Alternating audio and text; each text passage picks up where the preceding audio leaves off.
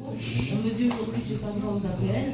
Donc moi, je voudrais revenir sur la discussion que vous avez depuis 10 minutes pour lâcher quelques miettes à nos anciens qui ont galéré toute leur vie et qui aujourd'hui n'ont rien.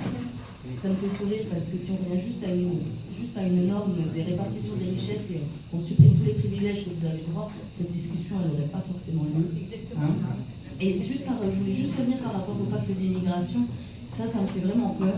Je voudrais qu'on ne se laisse pas berner, parce que ce soit de nos côtés, ici, des frontières, ou de l'autre côté de l'océan, tous ces gens, ils sont instrumentalisés, comme on l'est aujourd'hui. Ils sont tous pas par le mouvement des Gilets jaunes, mais par bien nos politiciens et ces financiers. Hein, on est tous instrumentalisés. Alors moi, oui, j'ai 500 € par mois, mais c'est pas les immigrés qui me font peur. C'est bien les immigrés.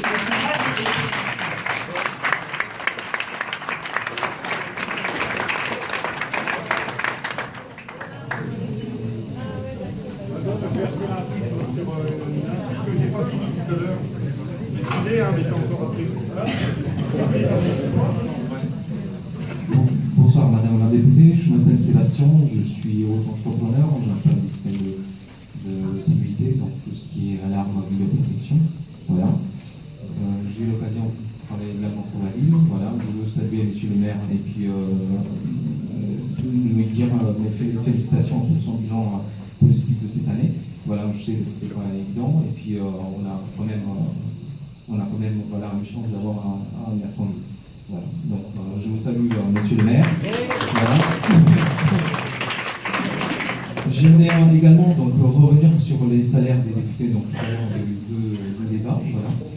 Il y a eu donc les salaires, ça part sur une base de 11 350 €. Si je me si je me rappelle bien, non, c'est pas bien ça. Ok, donc il y a 6 000 € de frais de fonctionnement, donc est-ce que j'ai compris, et vous êtes imposable que sur une partie, donc 4 130 €, donc uniquement sur la récente. Voilà, non, bon, je suis pas tout à fait... Oui, c'est ça. Je vais être au courant. Voilà, donc j'aimerais également aborder le sujet du déficit public. Voilà. Qui c'est qui et comment ça va être financé? Voilà. Toutes ces réformes voilà, qui ont été mises en place depuis un petit moment, depuis que notre mouvement existe. Voilà. Et j'aimerais savoir s'il y aura moins de fonctionnaires, donc policiers, gendarmes, pompiers, dans la fonction publique, des infirmiers ou des choses comme ça. Donc, si c'est pour réduire le déficit public, on réduit également notre sécurité à nous, je pense qu'on n'est pas tout à fait d'accord. Voilà, je me permets de vous donner le microphone.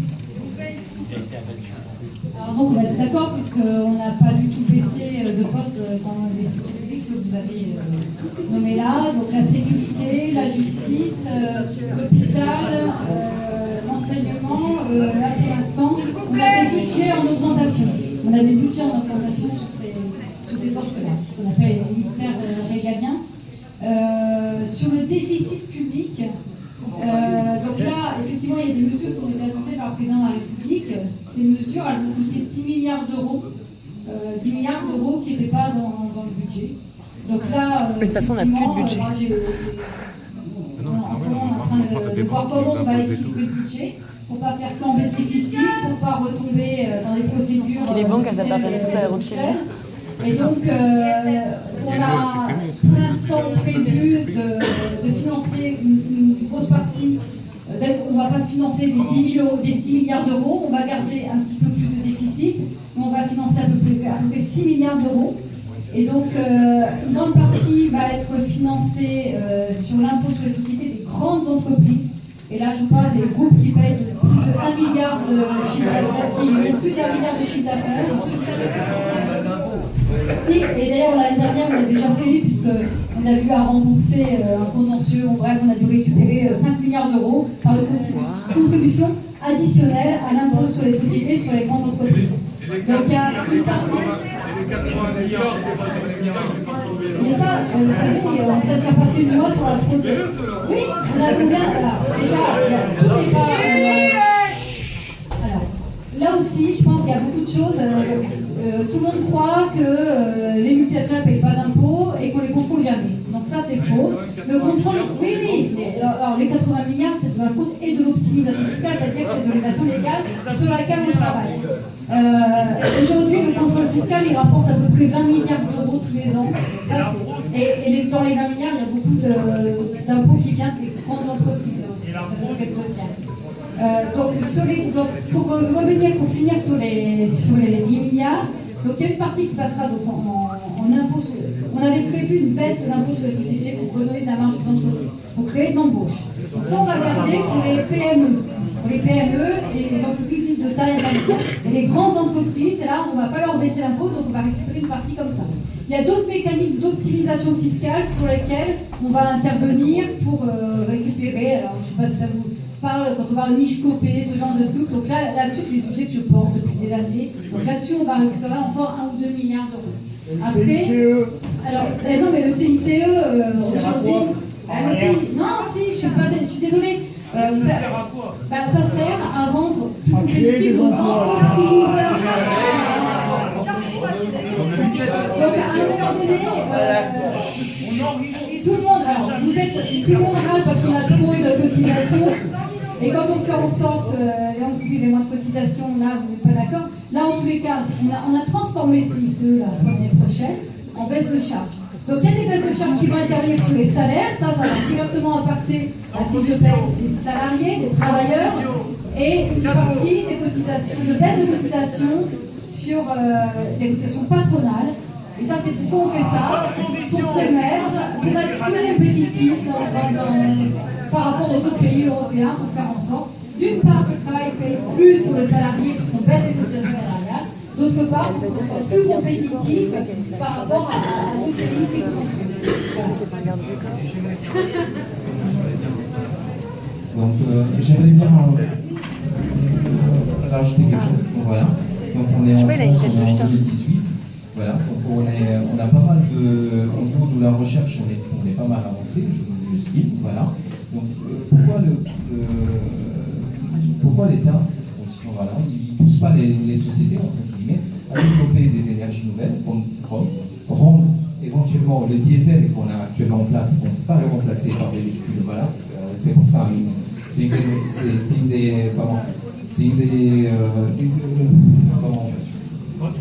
des motifs pour lesquels on est dans la rue également, voilà, parce qu'on n'a pas d'argent, il y en a certains, la plupart, vous les voyez, ils n'ont pas d'argent pour mettre du diesel dans leur véhicule, mais on les pousse à acheter un hybride.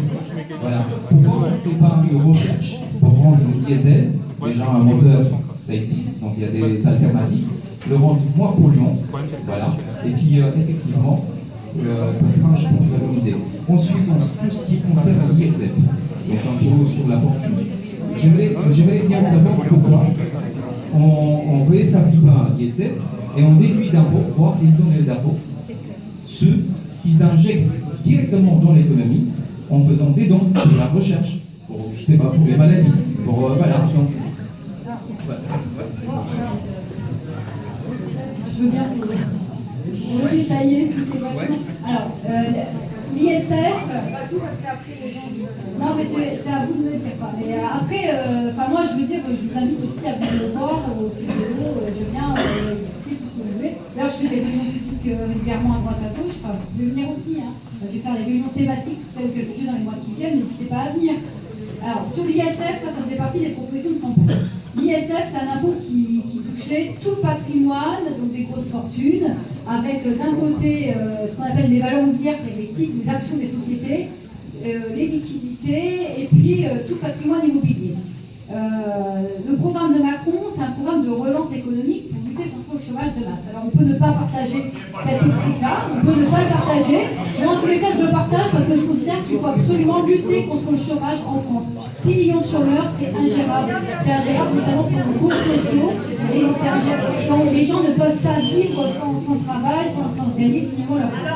Donc, non, mais ça, de toute façon, sur les sujets immigration, je pense qu'on ne sera pas forcément d'accord. Donc, sur l'impôt sur la fortune, donc, il exonérait certains chefs d'entreprise qui détenaient des actions. Le problème, c'est qu'il y avait tous les autres associés qui étaient imposés. Dès qu'une PME commençait à grandir, une entreprise, le chef d'entreprise il pensait qu'à une seule chose, c'était partir à l'étranger pour défiscaliser. Moralité après, il investissait à l'étranger, donc ça avait plein d'effets extrêmement néfastes. Ça a eu aussi pour effet depuis des dizaines d'années de sous-valoriser les titres des entreprises françaises, de les rendre beaucoup plus finalement la cible des fonds vautours. De toute façon, on ne comprend pas que la tête de Macron, on donc comprend ça toutes les avait têtes. beaucoup d'effets néfastes. Donc ce qu'on a fait, c'est qu'on a sorti les titres des entreprises et ce qu'on estime comme être investis dans l'investissement productif. On l'a sorti d'impôt sur la fortune et on a gardé le patrimoine immobilier qu'on estime être un patrimoine qui est plutôt de la rente dans l'impôt sur la fortune. Donc on n'a pas complètement supprimé l'impôt sur la fortune. Cela étant, comme je suis comme vous, j'ai pas spécialement confiance dans les chefs d'entreprise. Je ne suis pas chef d'entreprise, je travaille dans le public, je travaille pour l'intérêt général, j'ai pas spécialement confiance. Moi, je vais vous dire, moi j'ai vérifié les multinationales pendant 15 ans de ma vie. Donc j'ai pas de confiance immodérée dans tous ces chefs d'entreprise. Donc ce qu'on a fait, c'est qu'on a inscrit une clause de revoyure pour aller voir au bout de 2 ans ce qui se passe. Ça, on est sur une mesure fiscale qui doit avoir des effets économiques. S'il n'a pas ces effets économiques, eh ben, on reviendra dessus. Si on se rend compte que les investissements ne restent pas en France, qu'en fait ça ne change rien, eh bien on reviendra sur cette mesure. s'en mettent pas les fous. Voilà, mais bien sûr que si, on peut bien évidemment le faire.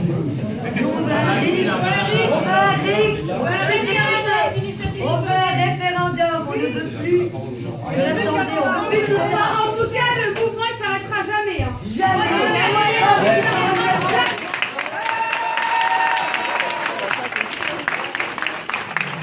vais vous demander un petit peu d'attention. Donc nous avons suivi sur les réseaux sociaux le terroriste qui a tué une personne à Strasbourg vient d'être abattu.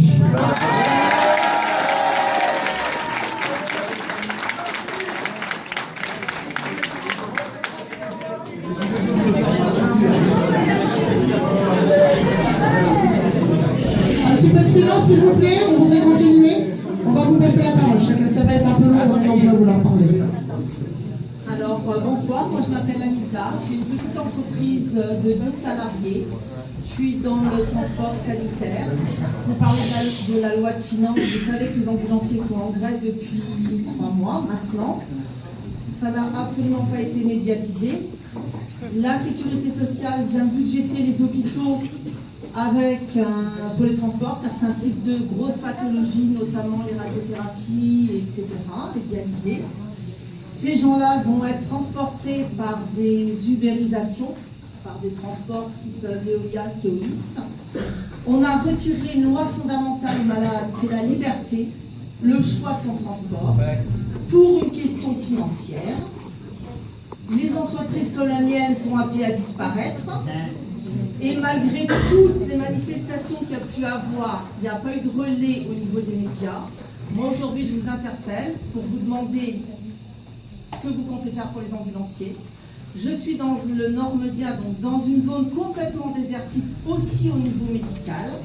J'ai des patients qui sont âgés et qui n'ont pas de médecin parce qu'ils ne peuvent être pris en charge nulle part. Donc moi, je sais que je vais travailler de manière complètement arbitraire, illégalement, parce que quand les gens vont m'appeler à 3 h du matin parce qu'ils ont besoin d'aller à l'hôpital, je les emmènerai à l'hôpital sans pouvoir être payés. Et moi, aujourd'hui, je vous pose cette question-là. Qu'est-ce que vous pensez de ces transports-là? Qu'est-ce qu'on va devenir? Vous parlez de la loi de finances de la sécurité sociale. Aujourd'hui, une entreprise comme la mienne, elle est en train de mourir. J'ai 10 salariés, je ne me garde pas. J'ai des salariés qui gagnent mieux leur vie que moi. Je fais des gardes préfectorales, alors je ne sais pas si les gens savent ce que c'est. Là, l'État nous a demandé d'être disponible toutes les nuits, tous les jours fériés, les samedis et les dimanches. On travaille 12 heures d'affilée avec notre matériel. La sécurité sociale nous verse 346 €. Et on fait 60% d'abattement quand on fait un transport. Et tous les kilomètres à vide sont à la charge de l'entreprise. Alors moi, je vous demande... Oh là là là là là là, non mais honteux, honteux.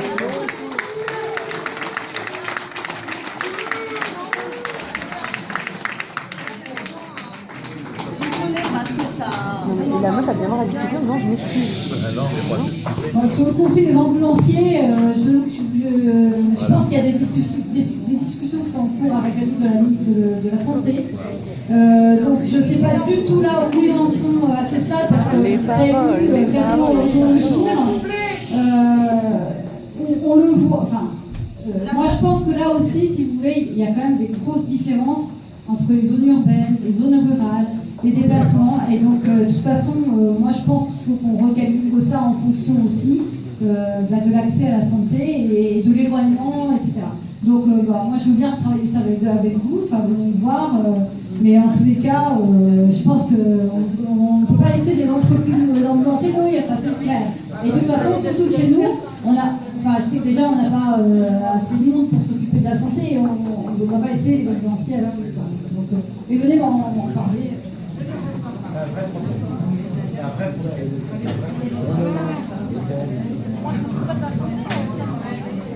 Non mais moi je ne m'occupe pas de la santé, bah, t'es censée être une députée, t'es censée être à l'écoute de tout le monde. 30 ans que je travaille pour la France. Donc je vous écoute là, effectivement il y a les pauvres, il y a vos amis les banquiers, les riches, et vous allez dire patron, M. Macron. Parce que pour moi, ce que Macron veut, c'est qu'il n'y ait plus de classe moyenne. Il veut les riches et les pauvres. Mais ce que je voulais vous dire, c'est que c'est les pauvres qui vous font vivre. Et là, si les pauvres commencent à se révolter, vous êtes dans la merde. Bah, c'est ce qui se passe.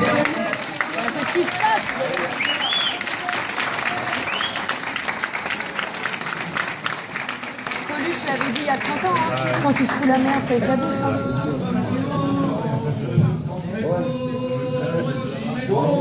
Bonsoir les camarades et les députés, monsieur le maire. Donc, moi je viens de l'autre côté atlantique. Donc ça fait 26 ans que je travaille pour la France. J'ai travaillé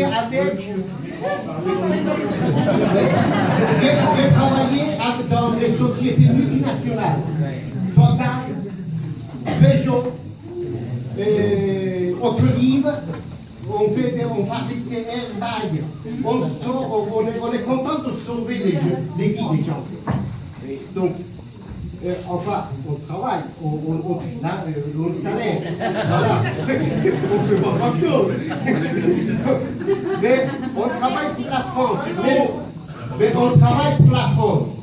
Moi, quand j'ai visé ma camarade, jeune camarade, qui touchait 500 €.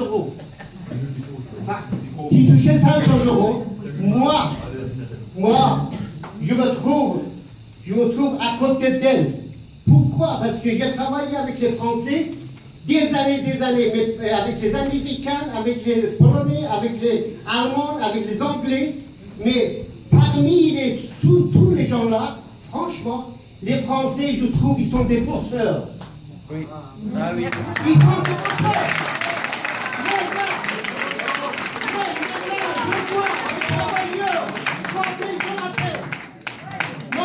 Je vois les travailleurs français, ils sont à terre. Voilà, moi je demande aux députés, comme disait ma camarade toujours, je répète, les immigrés, ils m'ont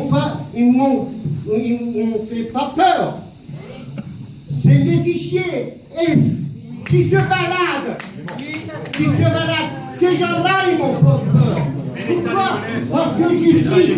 Oui, parce que j'y suis allé de l'autre côté. Je connais ces gens-là. Ces fichiers S-là. Donc, c'est là, facilement.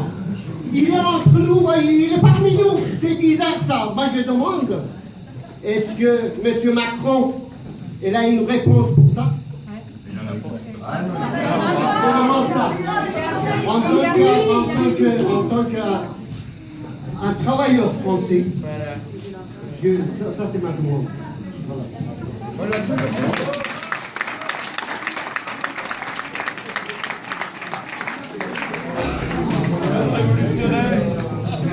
Bonsoir. Alors nous, je fais partie de la délégation de Radio. Je m'appelle Gilles Latour, je suis ni coordinateur ni chef ni quoi que ce soit. Je voulais préciser un truc qui est important.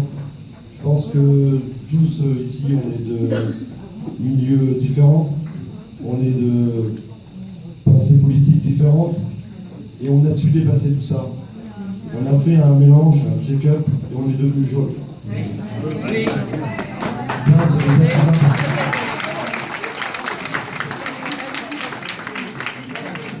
je pense que les annonces différentes de M. Macron, etc., on voit très bien que les miettes qu'on veut nous donner, ça ne convient à personne. Nous, on fait partie de ceux qui auront goût, peu importe la finalité. On est là depuis le début. Nous, on fait des nuits parce qu'on a un campement on a beaucoup de matériel, donc on doit protéger. On ira encore à Paris pour la deuxième fois, malgré le témoignage de notre collègue. Je fais partie de ceux qui ont été braqués sur la tempe samedi. On a eu peur, évidemment, par des agents de police non identifiés. On a cru que c'était des voyous, moi je vous le dis. Donc, comme on l'a dit, on va pas répéter, mettre autant d'ardeur pour s'occuper des gens qui sont en paix, qui veulent manger. Moi, ce que je voulais dire, c'est qu'il y en a marre aussi que la France du haut paye pour la France du bas. Prenons exemple sur un petit pays comme la Croatie. Non, c'est l'inverse. Le président de la Croatie a vendu tout le superflu. Elle a dit une chose qui est essentielle, que nos élus devraient comprendre, c'est qu'avant de demander un effort au peuple, montrons l'exemple. Exactement.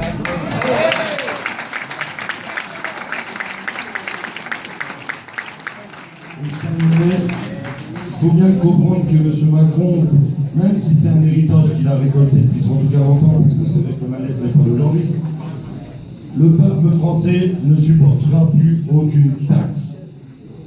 On est au taquet, c'est plus la peine de nous demander quoi que ce soit. La serrure, il n'y a plus de trou, enfin la ceinture, c'est fini. On a faim, on a faim. Soit vous faites un virage à 180 degrés, comme vous parlez du CICE, on peut en parler. Il y a 40 milliards de CICE. Là, on parlait de 80 milliards d'évasion fiscale. Moi, je n'ai pas eu le même chiffre. On dirait au moment où on a donné des vrais chiffres qui ressemblaient plutôt à 120 milliards. Et encore 20 milliards aussi d'escroquerie à la TVA. Bon, rien que déjà de ces sommes-là, déjà, je pense qu'on pourrait faire quelque chose. On pourrait donner à manger à beaucoup de gens. Et pourquoi pas exonérer total la TVA sur les produits de première nécessité.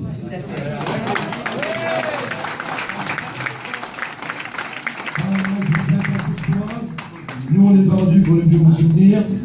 Si vous avez besoin de nous un jour, téléphonez-nous, on viendra vous voir. Et si on a besoin de vous, on vous appellera. On espère que vous viendrez nous voir.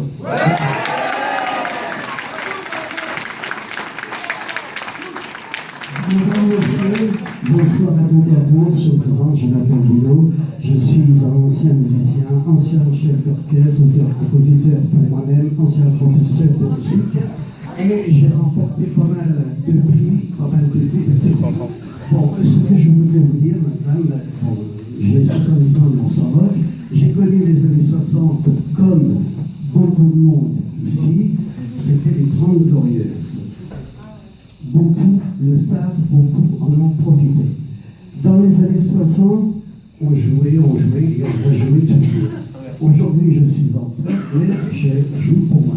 Mais j'ai composé des chansons, mais aujourd'hui, quand je m'ennuie, je saute sur mon piano et je voudrais vous faire passer un message très court. Très court.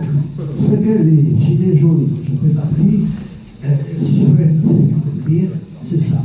C'est le fameux morceau. Ali, allô, nous dans le boulot. Le cœur heureux des grandes journées, pas trop payé pour les Ali, allô, nous dans le boulot. Le cœur heureux des grandes journées, pas trop payé. Voilà, ce n'est plus que notre pays, nous, par l'intention, dans les années 60. Et ça, on a leur père aussi. On partira avec. Voilà. Merci.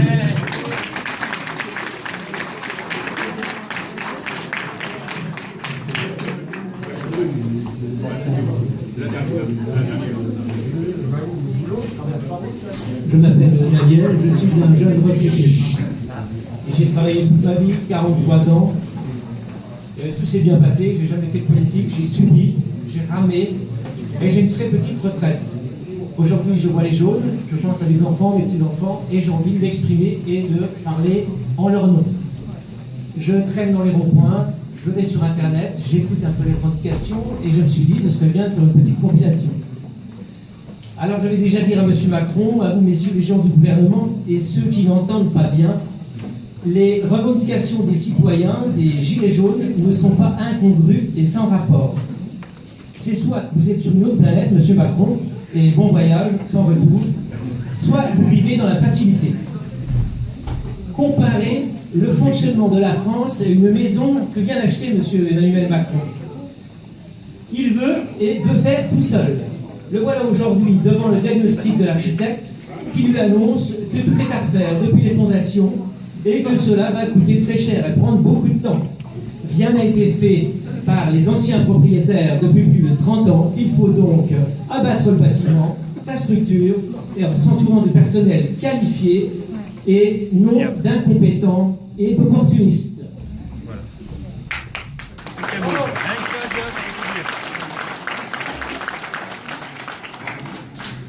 En fait, la politique n'a pas changé depuis Louis XIV. Colbert disait « Si nous n'avons plus d'argent », le roi répondait « Si vous n'avez plus d'argent », le roi répondait « Prenez vos pauvres, ils sont nombreux et ils ne disent jamais rien. »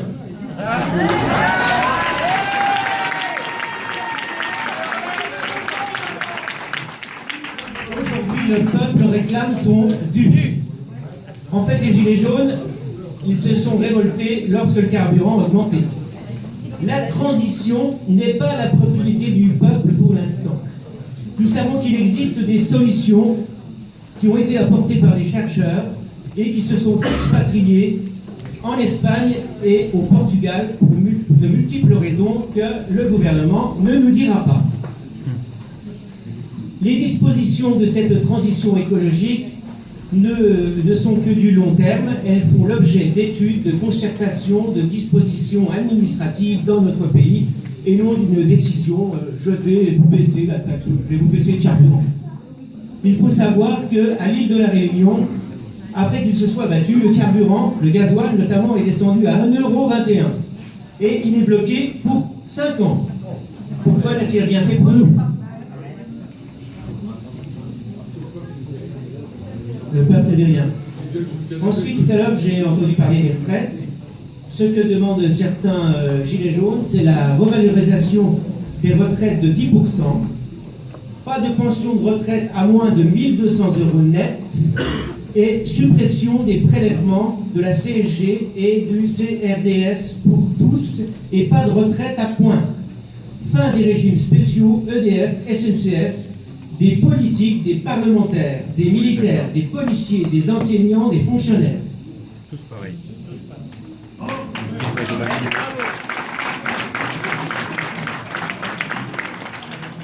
Les Gilets jaunes demandent la révision pour un meilleur remboursement des soins médicaux, dentaires, optiques, identiques dans toute la métropole, suite à la décision de Madame la ministre de l'Outre-mer à la Réunion.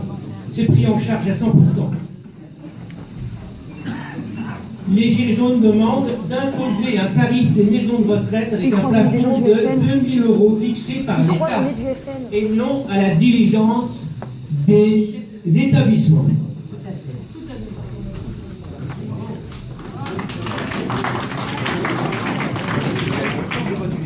Que disent-ils encore? Ils en disent des choses, hein. Les Gilets jaunes demandent l'engagement à remettre un réseau ferroviaire de proximité pour toutes les régions de la France, au détriment des lignes de bus, des lignes contraires à la transition écologique. Développer le rail route en urgence. Arrêt immédiat de la fermeture des petites lignes de train et instaurer une vignette obligatoire pour les véhicules lourds immatriculés en Europe qui circulent sur les réseaux français pour protéger le pavillon routier français et cotiser à l'entretien du réseau routier.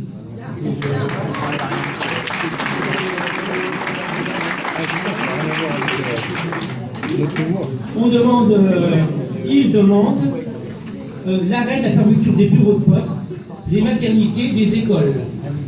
Entre parenthèses, il y a beaucoup d'enfants qui ne savent pas écrire. J'ai rencontré des gens de l'éducation nationale qui m'ont dit on n'en pouvait plus. Nous sommes allés dans des écoles privées, mais les voilà avec des nouvelles galères. On commence à balancer dans les écoles privées des enfants avec des difficultés. Ils devraient être sans doute en psychiatrie. Mais on dit à ces professeurs, c'est ça où vous êtes direct. Le problème, c'est que les professeurs sont mal formés. Ces enfants-là, ils doivent Okay. Non mais je ne demande pas de réponse, je transmets. Non mais je ne demande rien. Je transmets. Hein? Les Gilets jaunes demandent une pension de réversion identique pour tous de 60%, parlementaires compris, et ne pas les ramener une aumône de 25%, par une harmonisation par le bas dans le cadre d'une remise à plat des pensions de réversion. C'est mal dit. Qu'est-ce que j'ai encore entendu? Modification de la Constitution. Pour la suppression du Sénat, entre parenthèses le Sénat, le sénateur de la Réunion est malade depuis 9 mois, il n'a jamais été au Sénat depuis 9 mois et touche ses 7 000 € par mois. Je pense au chômeur. On va les laisser parler. En fait, je vais laisser parler quelqu'un d'autre, j'ai encore des mots à dire, s'il vous plaît.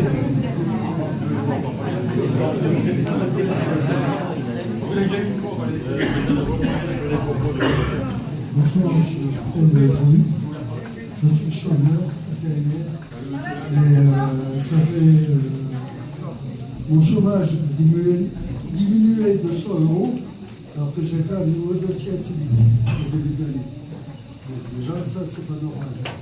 Ensuite, pour l'emploi, on m'a envoyé dernièrement une convocation pour une réunion d'information pour un travail sur DES. Et il me donnait 4 € de frais de transport par jour, vers 160 km. Comment peut-on aller travailler à 160 km, 4 € par jour? Ensuite, j'ai entendu parler des remboursements de Sécu. Moi, personnellement, je vais me faire des dentiers. Et on m'a dit qu'il y avait des aides financières, des demandes d'aide financière pour aider à payer les dentiers. Et c'est vrai, je l'avoue, moi je ne paye pas d'impôts parce que je gagne pas assez. Et ils m'ont aidé à payer mon dentier, mes dentiers. Donc voilà.